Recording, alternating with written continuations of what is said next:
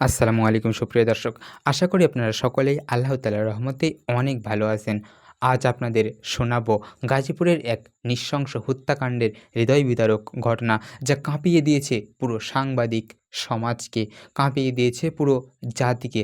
বৃহস্পতিবার রাত মহানগরীর বাসন থানার ব্যস্ত চন্দনা চৌরাস্তা ঈদগাঁও মার্কেট এলাকা তখনও মানুষের ভিড়ে সরগরম। ঠিক সেই সময় প্রকাশ্যে কুপিয়ে এবং গলা কেটে হত্যা করা হয় দৈনিক প্রতিদিনের কাগজ পত্রিকার গাজীপুর প্রতিনিধি মোহাম্মদ আসাদুজ্জামান তুহিনকে। তুহিন ময়মনসিংহের ফুলবাড়িয়া থানার ভাটিপাড়া গ্রামের সন্তান। সাংবাদিকতার পাশাপাশি একটি ওষুধ কোম্পানিতে কাজ করতেন।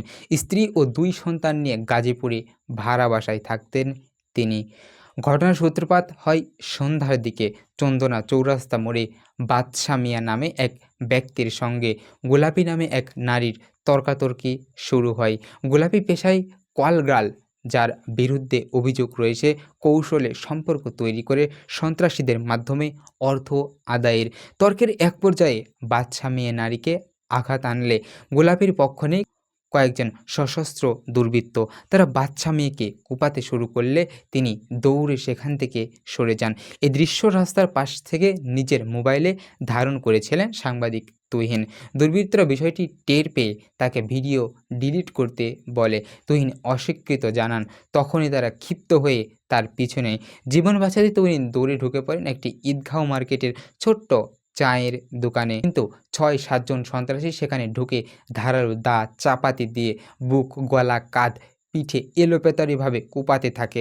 এক পর্যায়ে তার গলার একটি অংশ কেটে যায়। ঘটনাস্থলে শেষ হয়ে যায় একজন সাহসী সাংবাদিকের জীবন।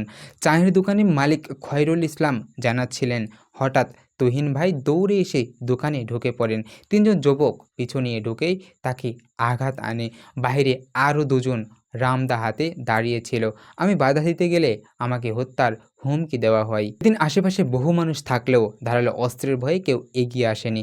গাজীপুর মেট্রোলিয়ান পুলিশের উপকমিশনার রবিউল ইসলাম জানান, এটি কোনো চাঁদাবাজির ঘটনা নয়, বরং নারী ঘটিত বিবাদের ভিডিও ধারণ করায় তুহিন খুন হয়েছেন। সহকর্মী শামীম হোসেন জানাচ্ছিলেন, আমরা 2 জন পাশাপাশি হাঁটছিলাম। হঠাৎ দেখি একজন নারী ও পুরুষ ঝগড়া করছে। কয়েকজন যুবক ধারালো অস্ত্র নিয়ে তাদের ধাওয়া করতে বসে। তুহিন ভাই তখন ফোন বের করে ভিডিও করতে শুরু করেন। পরে তিনি দৌড়ে চায়ের দোকানে ঢুকে পড়েন আর সন্ত্রাসীরা ঢুকে তাকে কুপিয়ে হত্যা করে পালিয়ে যায় সেখান থেকে।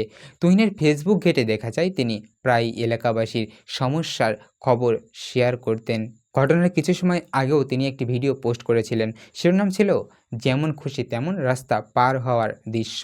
এই হত্যার খবর ছড়িয়ে পড়তেই স্থানীয় সাংবাদিক মহলে তীব্র ক্ষোভের সঞ্চার হয়। তারা দ্রুত ঘটনাস্থলে পৌঁছে হত্যাকাণ্ডের গ্রেপ্তার ও দৃষ্টান্তমূলক শাস্তির দাবি জানান। এর প্রতিবাদে শুক্রবার সকালে সাংবাদিক ইউনিয়ন গাজীপুর প্রেস ক্লাবের সামনে মানববন্ধন ও বিক্ষোভ কর্মসূচির ঘোষণাও করা হয়েছিল। প্রিয় দর্শক, একজন সাংবাদিকের কাজ সত্যকে সামনে আনা, কিন্তু সেই সত্যের মাসুল হলো তার জীবন দিয়ে। এই ঘটনা শুধু একটি প্রাণ হারানোর নয়, এটি আমাদের সমাজের নীরবতা, ভয়ের সংস্কৃতি আর অন্যায়ের সামনে দাঁড়ানোর সাহস হারানোর এক নির্মম প্রতিচ্ছবি।